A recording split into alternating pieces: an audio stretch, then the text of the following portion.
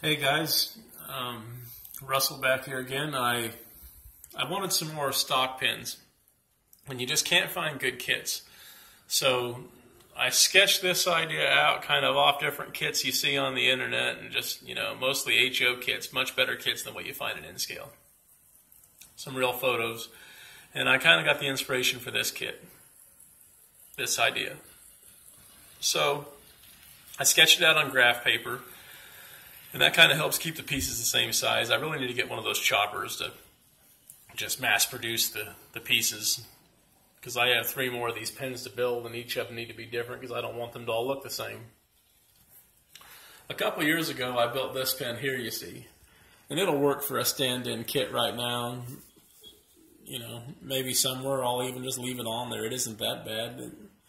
It was built out of styrene. It warped quite a bit. Even though I glued it down to a sheet of thick styrene, it still warped. So here's the finished product from the sketch. And you can see the wood's not perfect either. It warps and bends, and it's very brittle wood. It's very tiny pieces of wood to make it look real for N-Scale. They were HO scale 1x3s for the fence planks and 4x4s for the post in HO scale, but I thought they looked pretty good. Like you can see right there, even though it was built straight, it did not stay straight, it warped. And I kind of threw a few boards like in the corner there just randomly and tried to make it look like it had been beat up some. So I'll glue it down to a piece of cardboard or something eventually so I can get it to hold down better. And I think it'll be okay. It lines up damn near perfect with an N-Scale cattle car for height of that chute. And when the train goes by, I'll move it over here so you can see the train go by it from this side.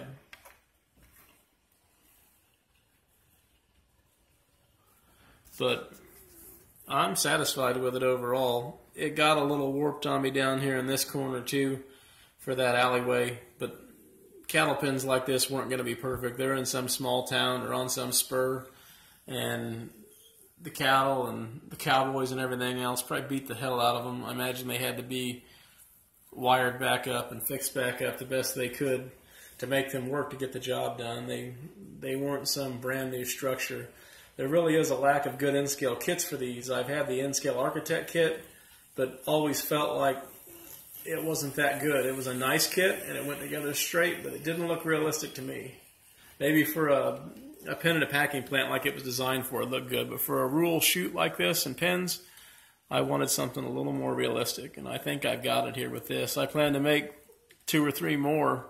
There'll be 4 small towns on my branch line, and every town's going to need one, if not one on a spur even somewhere, just to add some more interest, because cattle's the main commodity. I believe they moved up and down the Alma branch from Burlingame to Alma, and I'm sure I wished I could find more pictures of the actual pins, but I just don't think they're out there. I got a book the other day called Coach Cabbage and Caboose. It was printed in 1979. I got it on Amazon for $30. Looks like they go for anywhere from 30 to 80 or even more for some hardback special editions that I've seen out there. But who's going to pay that for a book? They just want to read it. They don't care if it's a fancy book. It was a really nice copy. It looked brand new. It looked like it had never been used. It's got everything in there from schedules to the branch lines that Santa Fe had to different cars, clear back from the 1800s all the way to the 1970s when the mixed train service ceased. It looked like maybe even a few places it said it carried on a few more years, but it's a great asset to what I'm doing for this branch. It has timetables for my section of the branch and many others. Any other branch that Santa Fe had, there's information in that book about it. It's well worth getting if you're a Santa Fe fan and just want to have something interesting to look at. It's a big book. I should bring it down here and do a little review on it so you can see it. But thanks for watching. Please like, please subscribe. I'll let the train go by here and then I'll end this.